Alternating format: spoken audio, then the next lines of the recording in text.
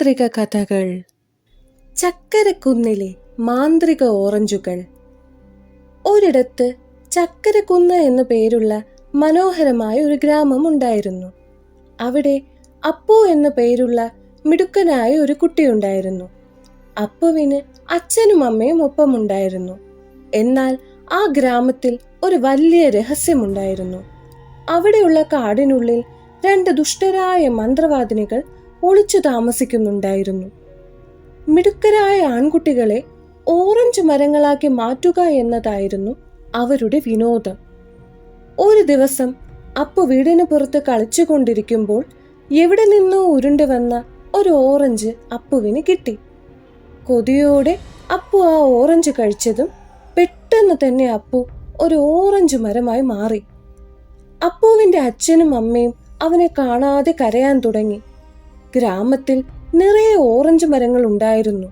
എന്നാൽ അവിടെയുള്ള ആൺകുട്ടികളെ എല്ലാം കാണാതാവുകയും ചെയ്തു.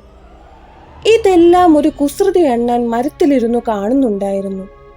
ഈ മന്ത്രവാദിനികളെ എങ്ങനെയെങ്കിലും പാഠം പഠിപ്പിക്കണമല്ലോ എന്ന് അണ്ണാൻ വിചാരിച്ചു. അടുത്ത ദിവസം മന്ത്രവാദിനികൾ മറ്റൊരു മിടുക്കനായ കുട്ടിക്ക് നേരെ ഒരു ഓറഞ്ച് എറിഞ്ഞു കൊടുത്തു. അണ്ണാൻ വേഗത്തിൽ താഴേക്ക് ചാടി ആ ഓറഞ്ച് കൈക്കലാക്കി.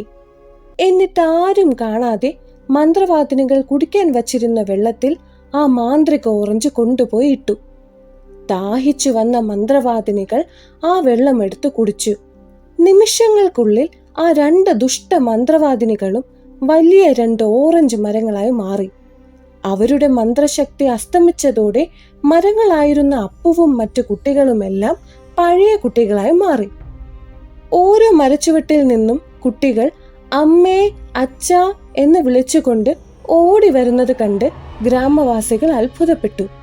കുട്ടികൾ നടന്ന കാര്യങ്ങളെല്ലാം മാതാപിതാക്കളോട് പറഞ്ഞു. ദേഷ്യം വന്ന ഗ്രാമവാസികൾ മന്ത്രവാദിനികളായ ആ 2 ഓറഞ്ച് മരങ്ങൾക്കും തീയിട്ടു. അതോടെ ചക്കരക്കുന്നിലെ പേടി സ്വപ്നം അവസാനിച്ചു. അപ്പുവും കൂട്ടുകാരും വീണ്ടും സന്തോഷത്തോടെ കളിച്ചു വളർന്നു.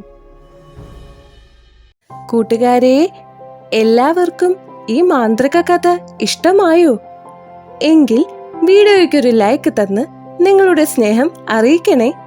ഇനിയും ഇതുപോലെ ഒരുപാട് അറിവുകളും കഥകളും ഈ തേൻകൂട്ടിലുണ്ട്. അതെല്ലാം കാണാനായി മധുരപ്പെട്ടി എന്ന നമ്മുടെ ചാനൽ ഉടൻ തന്നെ സബ്സ്ക്രൈബ് ചെയ്യുക. മധുരപ്പെട്ടി, അറിവിന്റെയും കഥകളുടെയും തേൻകൂട്. അടുത്ത കഥയുമായി നമുക്ക് വേഗം കാണാം.